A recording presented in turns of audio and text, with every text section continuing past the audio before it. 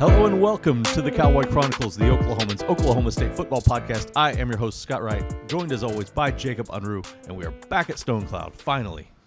It's been too long. Back. It's been way too long. I'm out of practice. I've kind of had withdrawals. Right, exactly. We got to get Stonecloud. Yes. That might be a 12-step program in the future, but still, I understand. We're back. We're going to talk some signing day. We're here on signing day, actually. All the signings have been going on all morning, and we're here. What you think is done for the day?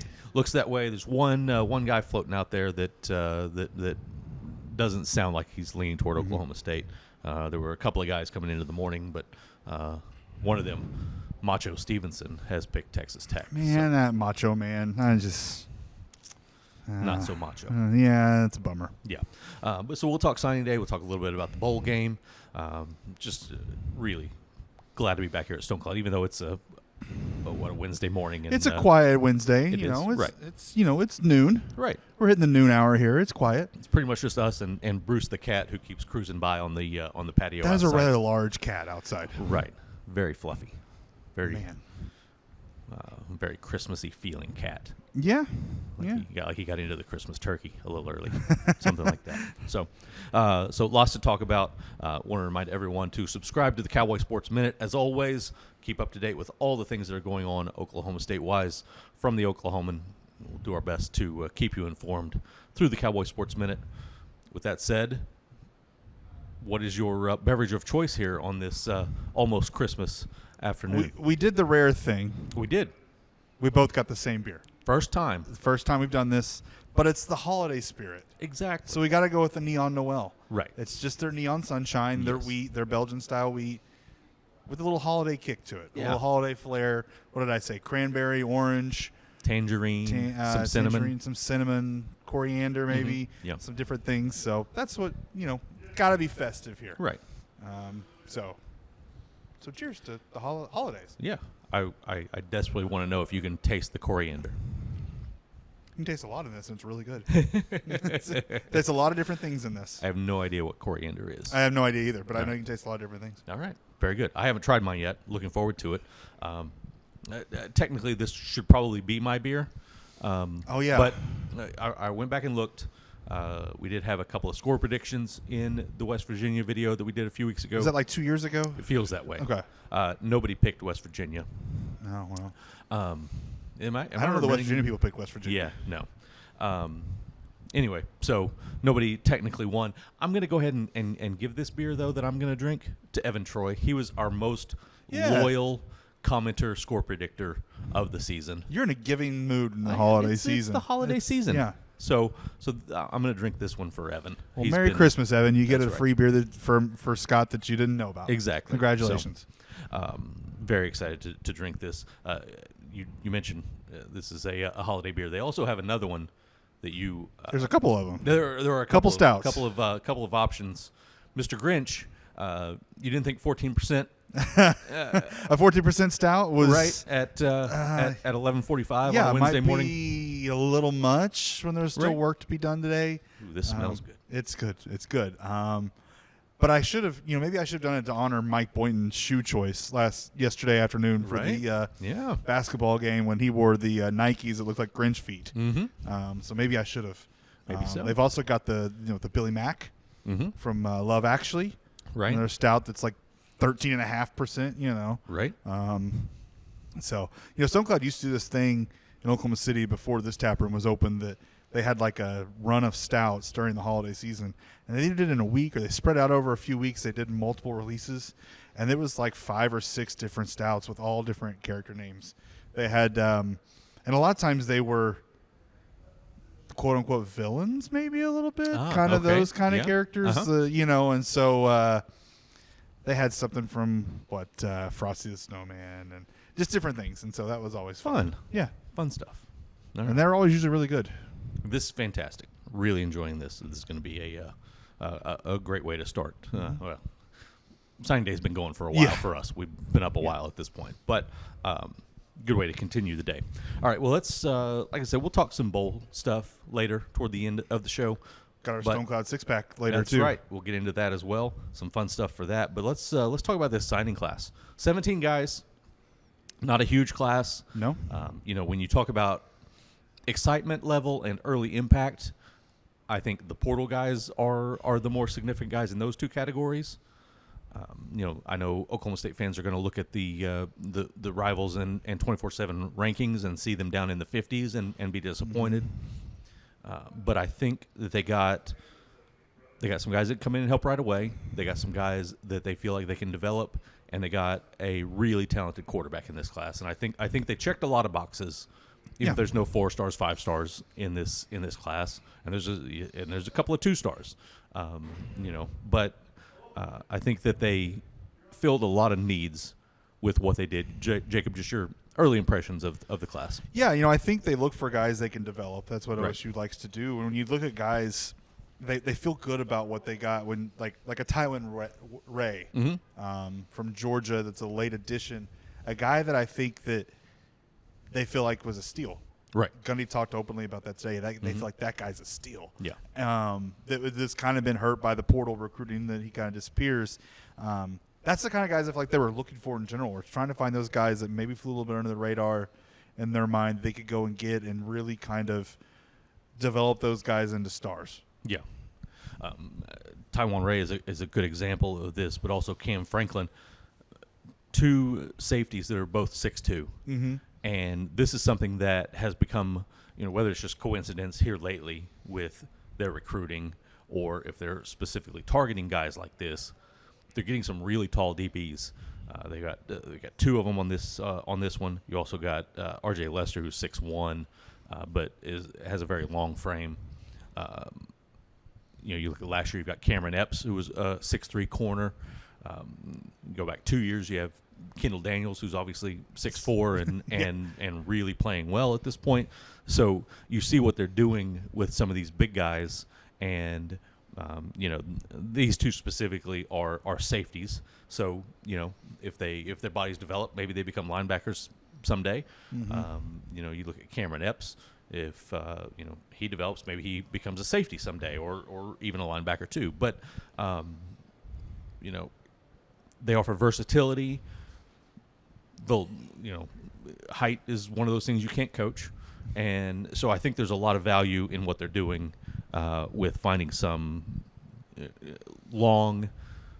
long-bodied defensive backs who can run and make plays.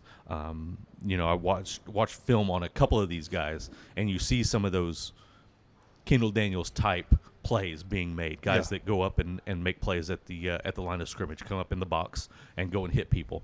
And they've got guys that can do that. I think that's a really important factor in what they're identifying in the defensive backs that they're looking at. So that's one thing that really stands out to me.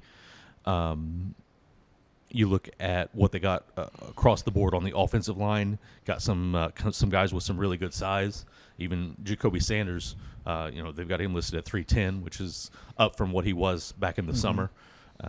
And Mike Gundy talked a lot about his strength. Obviously, he's known this kid forever, being a Stillwater guy, being same age as Gage, and close friends. Yeah, exactly. So he's watched this kid grow up basically, and said that within a year he could be the strongest kid on the team, which is saying a lot when you're talking about an 18-year-old kid. So Jack Endine, 6'6", 285, and you watch him and you just is a guy that just looks like a left tackle.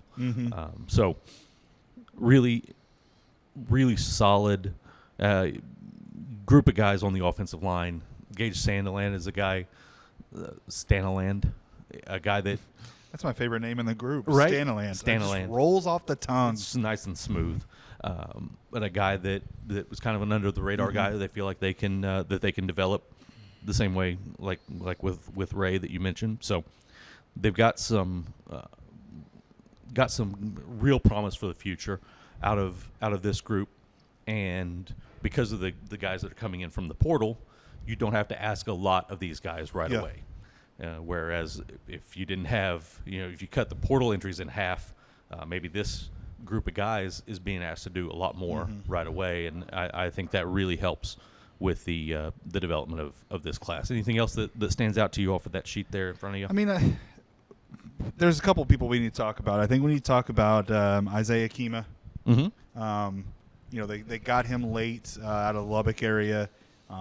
Talented offensive lineman, one of the more talented offensive linemen they got in this class. Right. He's going on a 2-year mission, Right. which I think is fascinating, that they would take him in a lot of regards. Not that they shouldn't. Right. I'm just saying that it's just interesting you do that knowing that you can't have him for 2 more years. Right. And his letter of intent expires after 1. Yeah. So, I mean, essentially the paper he signed is mostly worthless. It's just sort of his way of saying, I'm coming back. Yeah. And Gundy said today that he trusts him, that he's going to come back. That Right. he trusts him, that he's going to be a guy that they're going to get in 2 years and be able to have and develop. And he really likes the character of him and everything. I think that's just fascinating that you've got a guy like that you feel comfortable enough that you're going to willing to commit in a really long-term way to. Yeah. It's and like you said, this was a guy who had Nebraska, Texas A&M, Texas Tech after him late in the process. So to pull him, a really solid, 6'4", 298, an offensive lineman that can do a lot of things, be a versatile guy for you. That was really important. Obviously, the most important thing is getting him back in 2 years, but to get his word at this point, you feel like means a lot. Most of the guys who do this end up back at the school that they originally signed with, and it doesn't count against your scholarship limit at this point because he's not actually on scholarship. Right. So there's not a lot of risk, but possibly some big rewards down the line when you get him back as a 20-year-old who's more physically developed and just a true freshman at that point. So, and speaking of big rewards, Mhm. we have not talked about Zane Flores at all, right. which is the gem of the class. Absolutely. Where the class is built around quarterback, really good passer, improving runner. I think Gundy seems really excited to have Zane Flores. I mean, they put a lot of work to make sure they kept him too. Yeah. Big reveal of the day, which you just mentioned there in talking. Flores, pronounced floors. Yes, like the I've floor. been saying it wrong for months. It floored me. Hey. Oh, look at you. Oh, you've had too much already. Yeah, it's already, I'm cutting you off. A couple drinks here, and Right. I'm already bringing out the dad jokes. So it's But yes, Zane Flores, 6'3", 200. I wrote a story about him for Wednesday's paper that people can go check out on Twitter if they want. Talked to his coach a couple of times over the course of the season. Talked to him a couple of times. The numbers that he put up at Gretna, Nebraska, are ridiculous. Not just in terms of what that school has done historically, because they haven't had a lot of great passing quarterbacks in their history. I think number 2 on the Gretna all-time passing chart is at like 3,700 yards, and he's over 9,000. So quite a disparity in what he's done there. But I mean, set the record in the state of Nebraska for the largest class in terms of career passing yards. Done a lot of things. The thing that stands out more than anything is his accuracy. He was dealing. He was playing. He lost his best receiver this year to injury. It didn't slow them down. They still found guys to catch the ball, completing over 70% of his passes the last 2 years. Really impressive, and that's the hardest thing to develop in a quarterback, is to make someone who isn't accurate accurate. And I think when you got a guy with this frame, this athletic ability, this strength, and he's already accurate, you've got real promise in what you're developing at your quarterback position in Zane Flores. Yeah, and Mike talked about the big arm and everything he can do with that, but he really liked the running ability he grew this last few months too. Yeah, and in talking to Zane the other day, I asked him, what he felt he had improved on, and the 2 things he pointed to were his rushing ability, that he felt like he's become a lot more mobile, and he feels a lot more comfortable in reading defenses now than he was back in August when I talked to him the first time. So those 2 things, I think, have a chance to give him a chance to come in and compete right away for this starting job. It's not going to be easy. He's going up against guys that are going to have several months, or in the case of Gunnar Gundy, over a year, almost 2 years basically in the program. So it's going to be a lot different for him in that scenario. But he's got a lot of tools to come in and be in the mix right away. Yeah, it's going to be interesting to speak of the starting quarterback. I mean, if OSU still looks to the portal, we can talk more about that later, but the portal for a quarterback with Spencer Sanders leaving as well. Yeah. So, Yeah. Just fascinating all the way around when you look at this quarterback situation. Right. Because Garrett Rangel, Gunnar Gundy, Zane Flores. It's going to be really fascinating. Yeah, it absolutely is. Got 2 Oklahoma kids on the list, which is we got to actually talk about them. Yeah, actually a low number It is. for what. I think it's kind of low across the board. I don't think OU got very many. I think they Right. got 1 or 2 as well. Right. I think it's just Yeah. kind of that kind of year. I think one with of across those the type state. of years. Yeah. Oklahoma State was in on Tajay McCoy at Putnam City until late. Coach Prime came in and Prime and time swiped him up. So, but Jaden Foreman listed at 6'5", 250. Basically, anybody that's seen him recently insists that there's no way he's still 250. Gundy talked about like 270, 280. Right. Didn't he? Yeah. Said he thinks he'll be 290 before long. Yeah, 290 before long. That's what it was. So, yeah. So but 6'5" was surprising to me. I don't think we had him listed that tall. No, we had 6'3", didn't we? Right. I mean, yeah. 6'5". I mean, it's impressive. So if you start talking about a guy who's 6'5", 270 when he gets on campus, you're talking about easily a 290 to 300-pound guy that is very athletic and can move really Last well. I saw him was in July, so I don't. Right. I couldn't tell you quite now, but another Australian left-footed punter. yeah. To jump right in, Hudson Why Copp not? Why not? from Seymour, Australia, in Victoria. I've interviewed the guy twice, actually. Long story as to why I've interviewed him twice for one story, but had some technical difficulties on my end. We had to revisit the interview. So, but really nice kid, 21 years old. Thought he had a chance to get drafted into the top Aussie Rules Football League, and had an injury the first time that he was coming around for draft. Next year was COVID, and then he just sort of didn't know what direction things were going to go. He's a real estate agent. All sorts of fascinating stuff about this guy. I just love when they bring Australian players in like this. It's fun. Yeah. He got talked into going to a tryout at Pro Kick Australia, which is the same organization that produced Tom Hutton and Jory Sandy and Michael Dixon and all these other guys. Got talked into it by a friend. He had kind of thought about it, so his friend kind of gave him the nudge that put him over the top. But when he got there, he had never held an American football. Huh. And goes out there and kicks incredibly well. They bring him in, and he starts a month later, and a few months after that, Oklahoma State starts getting some film on him and starts getting really interested. And within 7 months of him first holding an American football, he had a scholarship offer. So Fascinating. it's wild Absolutely stuff. fascinating. It absolutely is. We got to talk about Lardarius Webb Jr. as well. Yes. I'm really excited about him. Yes. I think he's going to be a big-time player for him. Gundy seemed really excited about him, too. Obviously, his dad played in the NFL for a while, won a Super Bowl.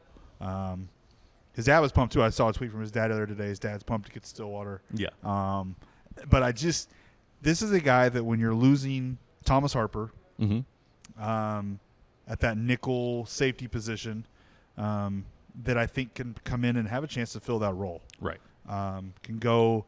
Gundy even mentioned he might be able to play corner. They're going to figure that out later. But he's a guy that I think covers really well. Had a lot of interceptions in junior college. Was an All-American. He gets the ball. I think can defend really well. I think this was a big get for OSU in this class, was to go and get a guy like him. Yeah. You look at this list, and obviously the 2 junior college guys are the ones that jump out right away as the early impact type of guys. The other guys, you're going to have to get them on campus and see where they fall. But when you look at Lardarius Webb Jr. and Iman Oates, you see immediate opportunities. Webb, he said, he gave me one of the greatest quotes maybe of the year. I asked him about, I said, for people that haven't seen you play, what do you think your strengths are? He says, it's my coverage skills. That's where I'm most comfortable. And then he goes, I cover 50% of the world. God covers the rest. Spectacular. Oh, I love it. Spectacular stuff. He's gonna be great. He is. He's gonna be great. He's gonna be a lot of fun. Oh, that's awesome. But yeah, coming in from Jones College in Mississippi, where he had 9 picks over 2 years, a guy that really seems to have a knack for getting to the ball. And if you take Jason Taylor the second out of this secondary, which we don't know for sure, there's nothing, not yet. nothing official. I'm leaning towards let's take him out for now. In this seems scenario. like he's probably heading to the NFL after the bowl game, but we'll see. So, but you're going to need a guy like that. Kendall Daniels has shown a little bit of that too, but you're going to need a guy to go. They really hurt at times when Thomas Harper got hurt. Yeah, late in last season at that position. So I think they need to get a guy like this in there, right, to solidify some things. Really, because really I think Flanagan and Daniels, if you lose Jason, I think you have those 3. That's a pretty good safety group there. So rather than having to play one of those 2 guys a little bit out of position. Flanagan was a little bit out of position when they asked him to move there. They used Jabbar Muhammad there. Obviously, he's gone as well. He's already in the portal. So, somebody like this that can come in and has those skills. He's not afraid to go make tackles too. So really solid. Iman Oates, 6'3", 300, a guy that was, according to Rivals anyway, not recruited at all coming out of high school. No interest at whatsoever. Tulsa Edison. So, and goes and plays 2 years up there, puts up some really good numbers. And, 6'3", 300 and athletic, there's not a lot of those guys walking around. And Mike even pointed out, he's like that they wanted guys that size. They wanted big guys that they knew that had the frames that could do this, could be athletic. And he's like, it's hard to find guys like that in Oklahoma alone. And so he's got a local guy, families nearby, stayed in state. I think they're really excited about him. Right. Yep.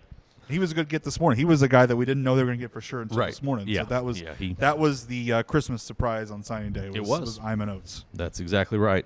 The biggest surprise when I was handed this piece of paper that has all the signings on it was actually the guy right above him on the list, Ricky Lolahia, who he's been committed for a long time. Last summer, I believe, and at the time we had him listed at 6'4", 250.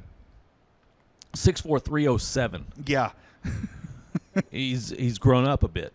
Gundy said he's going to have to lose some of that weight, I think. What did he say? It was going to slim down when he meets Rob Glass. Yeah, I think Rob Glass is going to have some fun with this guy a little bit. So that made me really laugh because I had no idea.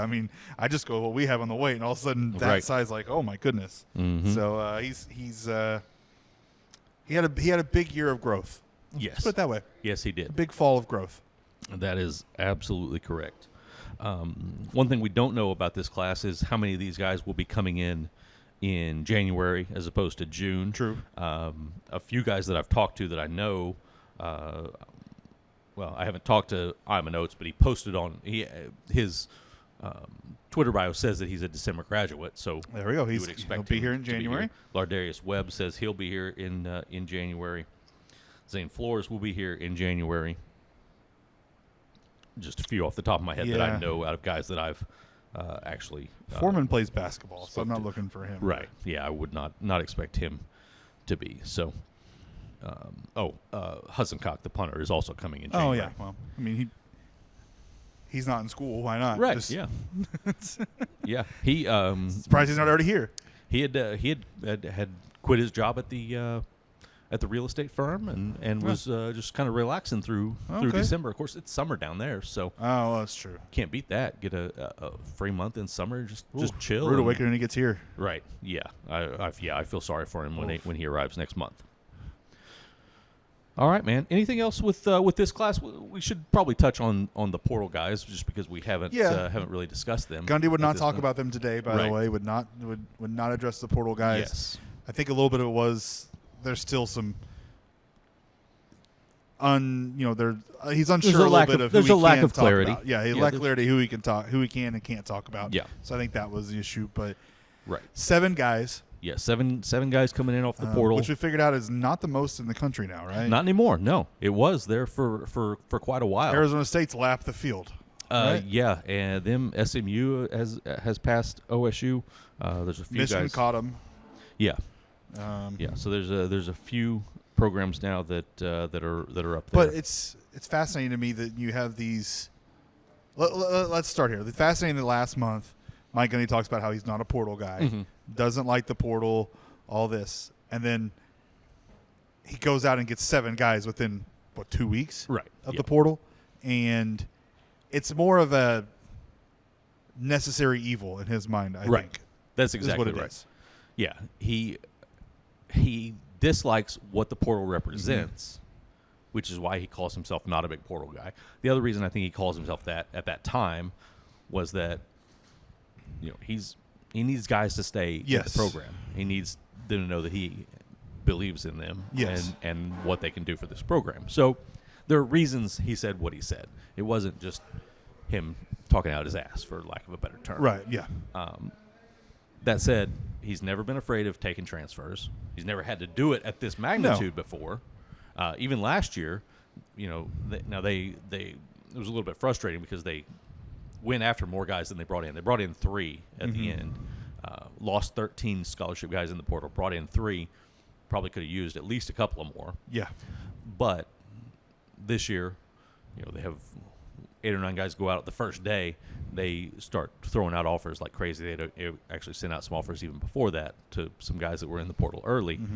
But yeah, to pull in 7 already, and I don't think they're done. I think they could reach double digits pretty easily in this class. But you look at the list of the 7 guys. I think 6 of them are on the 2 deep immediately. I think the only one that I think has to is kind of a wait and see type of guy is Noah McKinney, who was just a true freshman last year, redshirted at UNLV. Yeah, that's a guy that might need a little more time with Rob Glass and things like that when he gets here. Yeah, I mean that's more like a high school signing than a portal addition because he just had the one season out. But I think Justin Wright fills in for Mason Cobb. Right. Anthony Goodlow, I think, is going to be one of the starting ends. Yeah, he becomes kind of your Tyler Lacey guy that can play some inside, play some outside. Yeah, that's a big pickup from 2 big pickups from Tulsa. Right. I think Stribling's going to be heavily involved in the receiving game. Obviously, Sean Tyler. Sean Tyler. I almost said Taylor. Sean Taylor, like the safety. Sean Tyler. I think he's going to be a big part of the backfield. I mean, you got guys like that have had good experiences at the Division I level that have developed really strong ways that I think are going to come make immediate impact. Yeah. And I'm missing more. That's 4. I mean, right. You got Kenneth Harris, the cornerback from Arkansas State. You got a vacancy now with Jabbar Muhammad in the portal. So he's a guy that can either fill in or at least compete for that job with Cam Smith right away, or one of the other guys. You see how things develop. Cam Smith seems to be the guy right now because he's been forced into action. But and then seemed like there was one more that you didn't mention. Maybe you got them all. Yeah. Oh, Dalton Cooper. Dalton Cooper, of course. But I think Cooper's got a chance to come in and start this offensive. Yeah. I mean, he's been a really good tackle at Texas State. He didn't allow a sack in 1 million snaps or something. Something like that. Yeah, 7 over 3 seasons. I mean, at least 1 million snaps. I mean, it's just don't check me on that. But I think it's I'm sure he played a ton of snaps and he's not giving up sacks. So I think you put him in one of those tackle spots and let him go. Yeah, but. Not to downgrade your million snaps comment, but over 2,400 snaps total, 7 sacks allowed, only 15 penalties. Yeah. When you're at left tackle, you're playing that many snaps. He played over 800 snaps 3 seasons in a row, and you're penalized 15 times. That's I mean, 1 million, 2,400. That's close. It's in the ballpark. I'm still gonna go with 1 million. Yeah. But I mean, you're looking at 3 guys out of that group that are going to be super seniors, have 1 year left.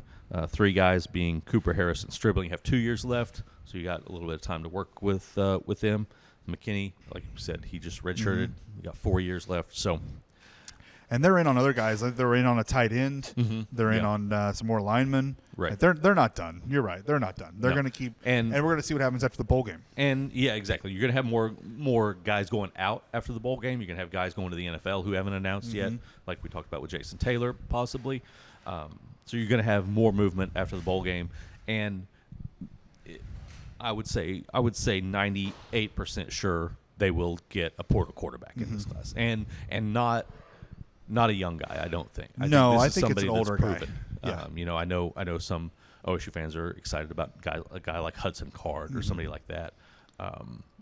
And I'm not saying that he's not a good player. I think they want somebody that's more proven than that, who could come in and maybe be a bridge to the young guys that they've got. Yeah, because Gundy's talked to us a bunch about how the way the portal works for quarterbacks now is the craziest thing, and you can only play one, so you've got to find a way to keep the younger guys on your team. Right. So I think if you bring in a Hudson Card or someone like that, you could lose a Garrett Rangel. Right. With talent and experience, or Zane Flores could come here for a year and realize, I mean, I played for a little while, so I'm going to go somewhere else. Mm-hmm. And Gundy doesn't want that. No. So I think I'm with you. I think that's going to be an older guy. Yeah. Brennan Armstrong has been the one that I kind of was kind of wait and see. All the reports were he was looking at OSU and Wisconsin. Mm-hmm. Wisconsin landed a young guy in Nick Evers from OU, but they have no experience on their depth chart. No. And so I could still see them adding another one and getting a guy like him. So I'm not saying I don't know that for sure that Wisconsin's door is closed to Brennan Armstrong at this point. Maybe the winner of Tuesday's game next week is the winner gets Brennan Armstrong. Maybe so. Maybe he shows up with the two hats. Maybe Luke Fickell and Mike Gundy have already shook on it. The winner gets him. Yeah. Maybe he just shows up with two hats, and whoever wins, he puts that hat on and walks to their locker room. We'll see what happens. The most interesting thing, and here's the funny scenario. Sorry, no, you're good. What if they've shook on it, but Brennan Armstrong has no idea this is the deal? That's even better. I like it that way. He shows up and is like, "Wait, I got to go over there." Yeah. Well, all right, I guess. We're sorry. This was we shook. These are the rules. We shook hands. It's Scott official. Lightman was there to bless it and confirm it, and this is what happens. Exactly. The most interesting rule development that impacts these portal guys is the fact that they can come practice with the teams already.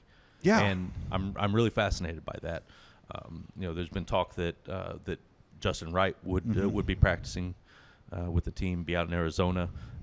We'll see if anybody else is involved in that. Mike Gundy didn't want to get into details. My favorite was Gundy saying, "We'll see who shows up." Right. Is Justin Wright just hitching a ride to Phoenix? Right. I mean, Maybe we needed to check for him on I-40 or something on the way out there. I don't know.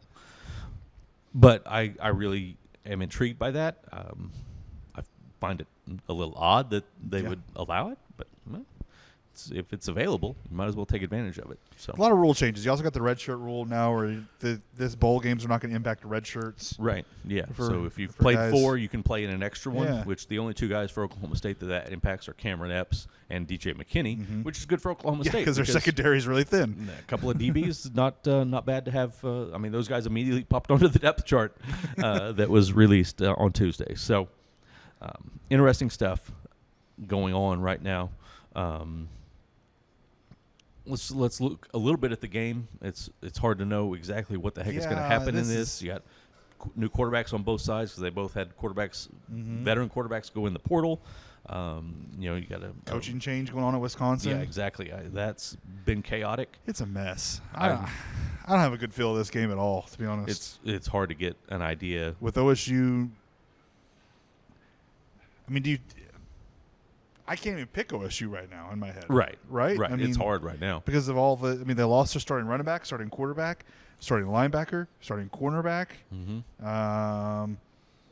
Tyler Lacey has been hurt, but he's not playing. Obviously, I mean, you got guys that just there's so many holes. I don't know how they're gonna fill them and win this game against a team like Wisconsin that's got holes too, but it's also a team that's big, physical, and really good. Right, and plays really good defense. It's going to test your true freshman quarterback. Nobody's officially said that Rangel is the guy, but I asked Gundy about it today, and he didn't balk at it. Didn't slow down. So, I'm curious to see what kind of developments Rangel might have made over. They've had 10 practices for bowl season with him as the guy, and more than that going back to what he had during the regular season. So. You want to see some development in that period of time. The number of practices now that he's had, being the number one guy. So, obviously, blocking is gonna matter. Still, the offensive line hasn't changed. It's still the same guys right now. So, you've got to play better up there against a defensive front that's pretty stout. So there are going to be some real challenges. Wisconsin's offense doesn't scare you, but it might not take a lot of points to beat this Oklahoma State team right now. So it's hard to know what this is going to look like here in less than a week now, I guess. Yeah, it's unpredictable. You know what I'm looking forward to though? Mm-hmm. Seeing a football game in a baseball stadium. I am too. I'm actually really excited about that. I wish it was at Fenway. Yeah, Fenway or Yankee Stadium. Right. But it's still cool. It is. It might be number 2 on my list out behind the Camelback for this trip. Yeah, I can agree with Seeing that. a game in a baseball stadium like Yes. that. So, now I did hear it gets cold. So if you're an OSU fan watching this, it gets cold in that stadium. There's no heater because it's Phoenix. Right. Yeah. So apparently it gets cold in that stadium at night. Interesting. So at this time of year. So be prepared. Do we have an open air press box? That's a very valid question. All right. I was wondering that myself last night. We need to figure that out. Yeah, So we do. apparently it gets cold though. All right. Good to know.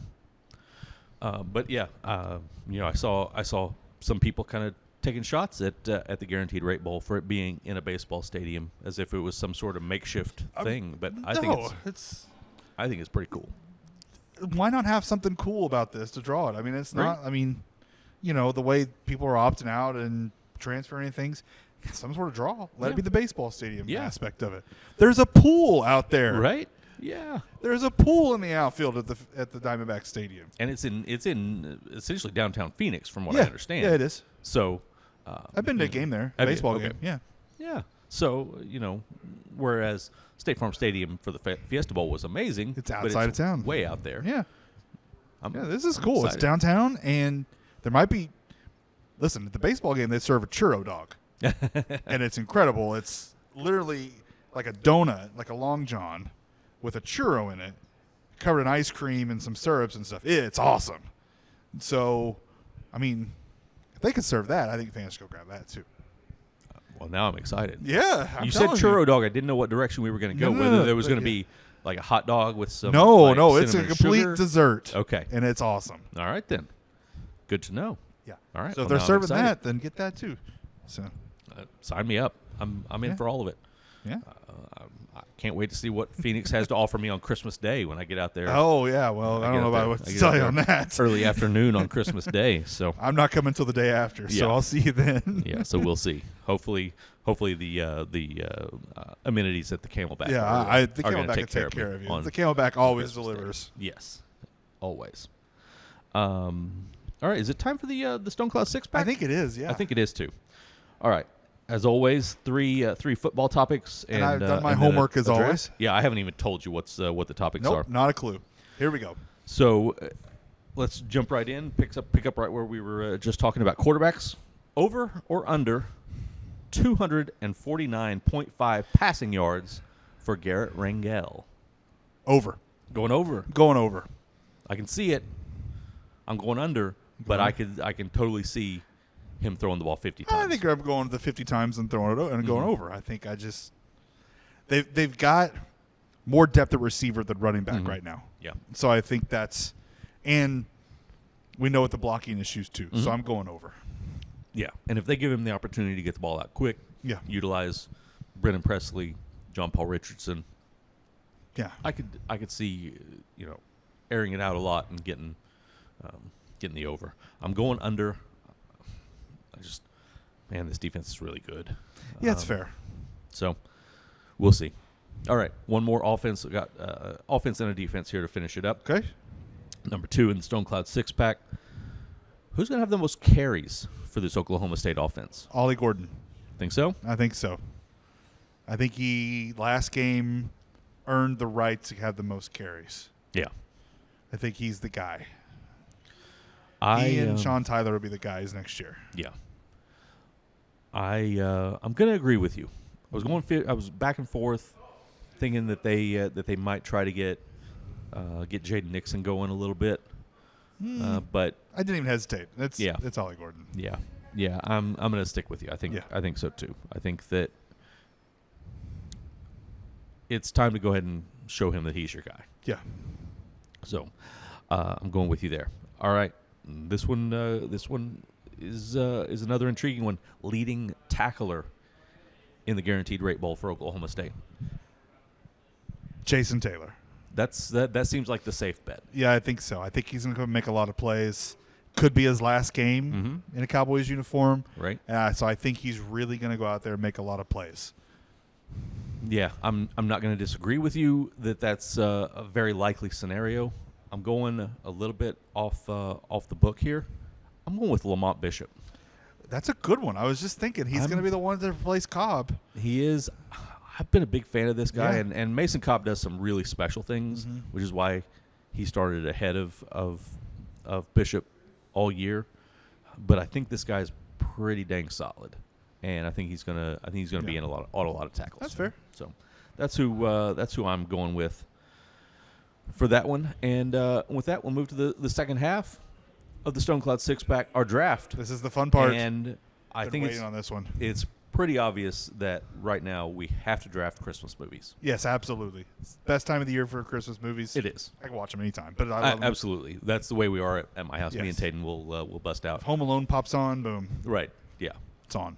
All right. Well, I might regret this in the end because I think this is going to be a very contested It's draft. going to be a very contested draft. We're going to have to do some pinochle or something Right, here. yeah, but I'm going to go ahead and give you, in the Christmas spirit, you're wearing a nice green Christmassy shirt. Yeah. I'm going to give you the first pick in the Christmas movie man. draft. I think I know what yours is going to be. And I think I'm going to go... Listen, go with what you want. Go with your gut. No, Take what you want. I- There's plenty to choose Yeah. from. Wait, before we draft, we have to establish one very important fact. Is Die Hard a Christmas movie? Oh, absolutely. it Okay. is. All right then. Which just reminded me, dang, that might change my first pick.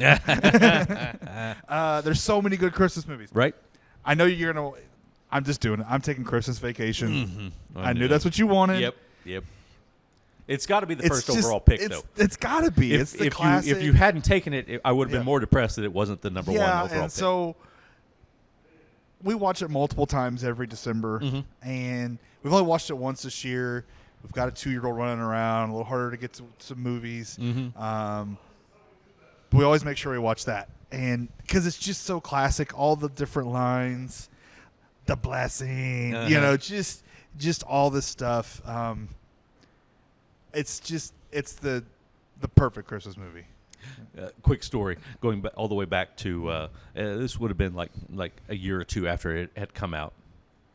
My brother would have been like 7 or 8 years old, but he had seen it already. We go to my great grandma's house, and getting ready for Christmas dinner. He offers to say the blessing, and Is that what he does? And does the Pledge of Allegiance. Yeah, it was. Yes. It was so fun. That's amazing. It was great. The other day we had Cohen, my son, in our sweatshirt said it's a Butte, Clark. That's He's great. got a sweatshirt. Got all Very kinds nice. of compliments from it when we were out and about. Very nice. Yeah, there's just all kinds of stuff. It's just the best. It absolutely is. And I'm sorry I took it from you. I No. almost gave it to you in the spirit of the holidays, but No. you're right. It needs to be number one It overall. needed to be in the number one pick. So with my number one pick, I'm going a little bit odd here. I'm going to go with Home Alone 2. Oh, see, that would have been my choice. Really? I think it's better than the first one. I think it's funnier. Yes. I Yes. think I sort of like the obviously number one is more original because they just copied the storyline, but I think number 2 is funnier. Yes, I do too.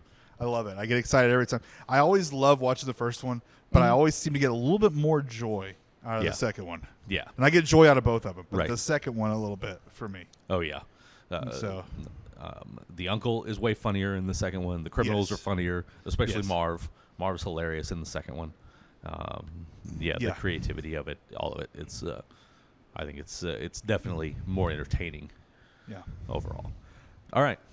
I want to take Home Alone my second pick, but I'm not going to do it. Okay. Take an Elf All right. because No argument here. it's a first rounder in a Definitely. normal Definitely. more than 2 people kind of draft. It's a first rounder. I debated it for the first pick, to be honest. Mm-hmm. It's the rare Christmas movie that can appeal to anyone of all ages. Yes. Most definitely.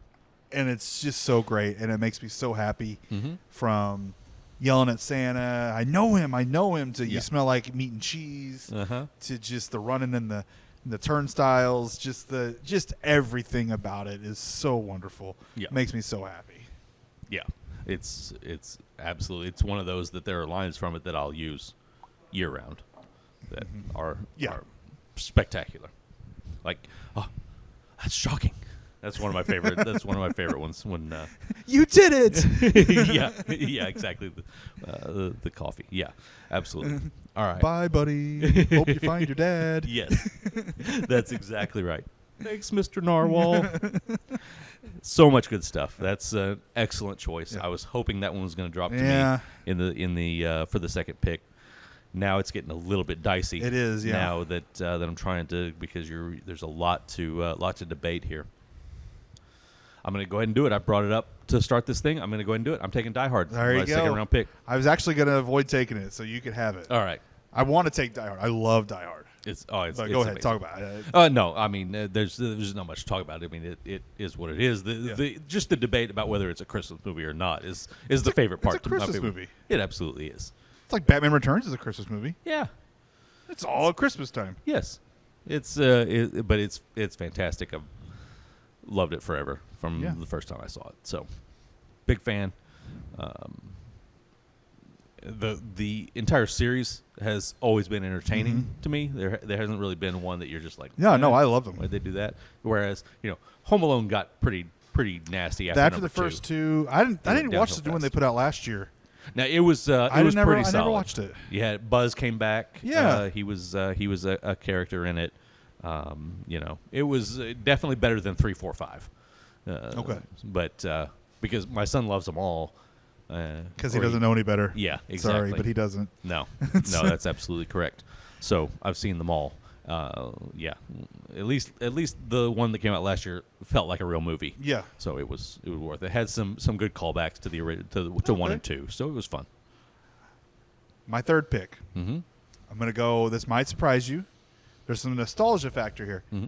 The Santa Claus with Tim Allen. Oh, all right. That's solid. I love that movie so much. My grandma, I've said this before, I lived with my grandma and grandpa growing up for 9 years. My grandma was obsessed with Christmas. Yep. Obsessed with it. Had Santas out year-round. Poinsettias were her favorite. All this stuff, just obsessed with it. That was great. one of her favorite movies. We used to watch together all the time. I've watched it repeatedly. I love that movie so much.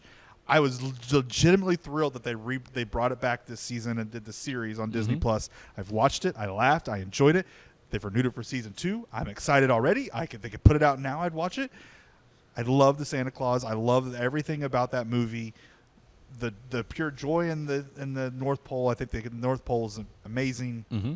The jokes, everything. I just absolutely love that movie. Yeah, I cannot disagree. I enjoyed 2 pretty good. Yeah, 3 was not good. Number 3 got a little bit weird. Yeah, 3 was all just off the map. But 2 was pretty good. 3 and the new series I thought was great. It's cheesy at times, but I thought it was great. I have to check it out. I did not. I really not enjoyed invest it. in that. 30-minute episodes. There's only like 6 of them. Right. It's great. I feel pretty safe that we can have this conversation and not tip off what my final pick is going to be. So what else would you throw out there that there's one big one, I think, that maybe 2 big ones that are out there, but I can't really. So I'm not going to pick either of the ones that I'm thinking about as the ones that are looming. One of the ones I would have picked would have been The Grinch with Jim Carrey. Right. Absolutely love that one too. We always watch that one. Home Alone, since it's still on the board. Right. Yes, exactly. A Christmas Story. See, I kind of think that's a little overrated. I'm with you. A lot of people love it. I'm not obsessed with it. There are parts of it that I really enjoy, but it's I will really say hard for we me to just sit watched through. the sequel they just put on HBO Max. We just watched it the other night, and it's actually, I enjoyed it. Really? I think I might have liked it more than the original. Yeah. I don't know why, but I just kind of enjoyed it. That was a lot of fun. See, and my wife makes fun of me for this one. I love Ernest Saves Christmas. She makes fun of me for that one, and I don't care. I don't care. I used to watch it as a kid. Ashley, and so keep making fun of him. And so I haven't watched it in forever because she doesn't like it. But that's fair. But I have it on DVD. I'm not gonna lie. And I'm surprised it made it to DVD. So yeah, it sure did. Congrats to you for that. Yeah, and it's a collector's item apparently. So that Polar Express is good. Yeah, Polar Express is really big at my house. My son, I bet it loves, is. Yeah. loves that. That and The Grinch would probably be his first 2 off the board. What am I missing here? I feel like I'm missing something.